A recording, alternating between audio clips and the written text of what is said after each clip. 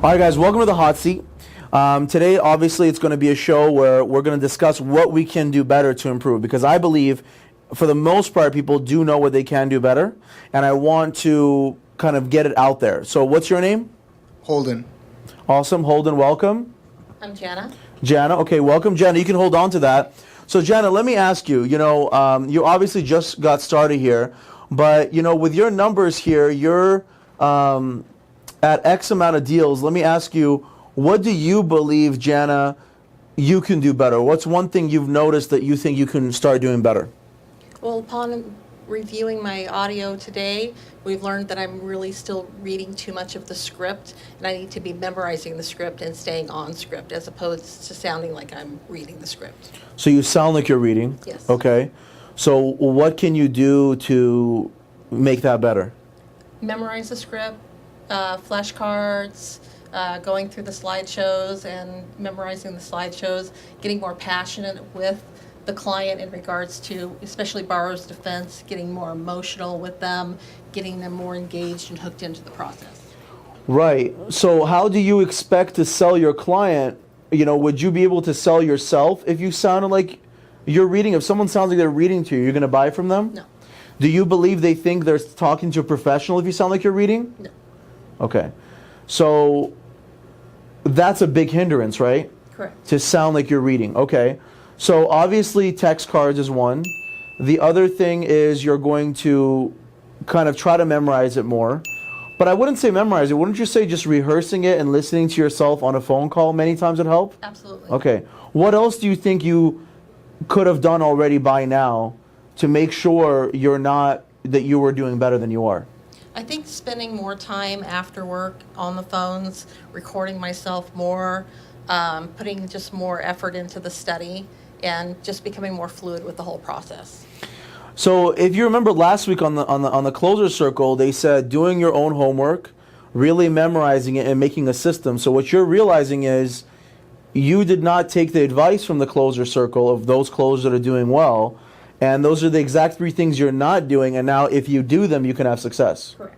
So kind of things, if you guys obviously are watching the closer circle, you'll notice that the reason people are doing well and the reason people are not doing well are all very similar, because this is not rocket science at the end of the day. If you're not doing well, it's because, number one, you're not taking your time to memorize. You're not taking your time to really understand it, because my question is, how can you sell someone if you don't really know what you're selling? Right. And knowing your script is a part of that, yes? Correct. Okay, so you're going to work on this week is really memorizing the script, sounding like you're actually talking, knowing what you're talking about, and basically making it where you'd purchase from yourself and listening to your calls, yes? Correct. Okay, perfect. Holden, you've had some amazing weeks. You're definitely a sales type of guy. You know how to sell. As you can tell, your issue isn't ratios last week. What is your biggest issue right now of why you're not a top producer, even though you have great ratios? It's definitely my attendance. I need to spend more time, more hours here. Do you believe sales professionals should be attending more often? Yeah. Okay. So what do you think is holding you back? What do you believe is holding you back from your why not being strong enough of why I should be at work, being a sales professional, doing what I need to do versus whatever else you're doing, right? Well, first I need to handle all of my personal things on Saturday and Sunday, and not be procrastinating into the week, because that affects my work week. But just the motivation, just getting here and putting everything else, all the personal things aside, and coming to work and focusing on that instead of some things appointments I do need to take care of during the week, but taking priority and initiating. So planning ahead, because we're all human beings. We all have appointments, right? I have appointments. It's just about, okay, what time is the best time for my appointment? Do I need to get to work maybe earlier at 7 a.m. and then I'll leave earlier? Or do I need to come to work a little bit later, right at 9, and then I know I got to get there, and just kind of planning, right? I'm messing up on my plan. We talked about this, right? Blueprint. Yeah. What kind of a house will you build without a blueprint? It's like you're not what? A shack. Not even a good operating shack. So how do you plan to have a good productive day of making real money, doing better than mediocre people if you don't plan out the day, correct? So planning out the day is a big one. I think that's your biggest thing. You're obviously good. I mean, you're actually good at your ratio and collecting money.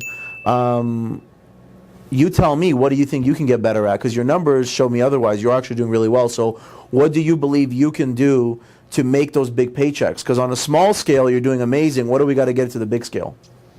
I think really just when it comes to the payment, learning how to collect the most money that I can, because I know they have more. I know that I can be getting more money than I'm getting, or better payment plans set up with them, because I always get the money, but it's just getting a better situation up, and maybe raising the price a little bit lower, and then giving him thinking that big discount. Because I noticed that a lot lately is if they're not seeing that they're not getting a good deal, then they're like, oh man, and I can't pay it within 2 weeks, and I just don't want to do it. It's like, no, you're still getting a good deal, but so I think absolutely. So giving them their options clearly, and also letting them know, hey, listen, let's do this. Say, look, I'll go to bat for you, right? So let's say, listen, maybe you can't do it in 2 weeks or a month, but if you can knock this out even in 60 days, I'll see what I can do for you. Yeah. I have your back, right? So you gotta be able to clearly tell them their options, and then also make sure that you're really building the picture better for them, right? And I really recommend you watch the Closer Circle, and of course listen to some good calls. Like this week in the Closer Circle, we're featuring Felicia,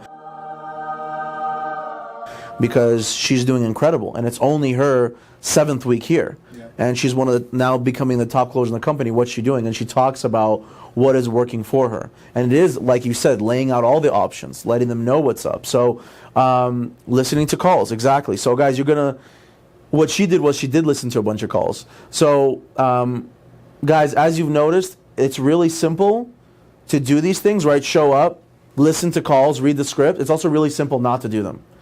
So the difference between living a mediocre life and getting just enough versus doing great is doing what everyone else is not willing to do. Because it's super easy to not do something. It's super easy also to do something, but you got to get it done. Does that make sense? And all has to flow. So I want to thank you guys for participating in the hot seat. Hopefully the seats are not too hot, and we'll talk a little bit more in a moment. Hey guys, thanks for watching that video.